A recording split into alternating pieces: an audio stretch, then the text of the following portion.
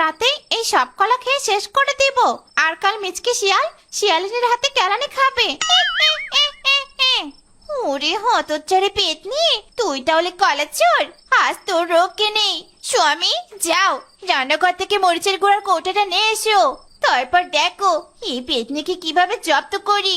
এই পেতনির জন্য কিনা স্বামীকে কেলানি দিলুম। এরে মাইরি বউ, এবার বিশ্বাস হলো তো আমি কলা খাইনি? তুমি তো আমাকে বিশ্বাসই করছিলে না মাইরি। এই হতচ্ছাড়ি শয়তান কলাচোর পেতনি, আমার কাছে কলা চুরি করে খাওয়া। দাঁড়া পেতনি দাঁড়া। চলে গেল রে। ওরে এবারের পশুরা দেখি আমার চেয়ে বেশি চালাক। পালা পেতনি পালা, তোর চাই ভূতই ভালো ছিল। তুই ওই ভূতকে বিয়ে করে গাছে তুলে সংসার কর। ওরে বাবা রে। বউ একদম ঠিক কাজ করেছো ওই হাইব্রিড কলা চোর পেতনির।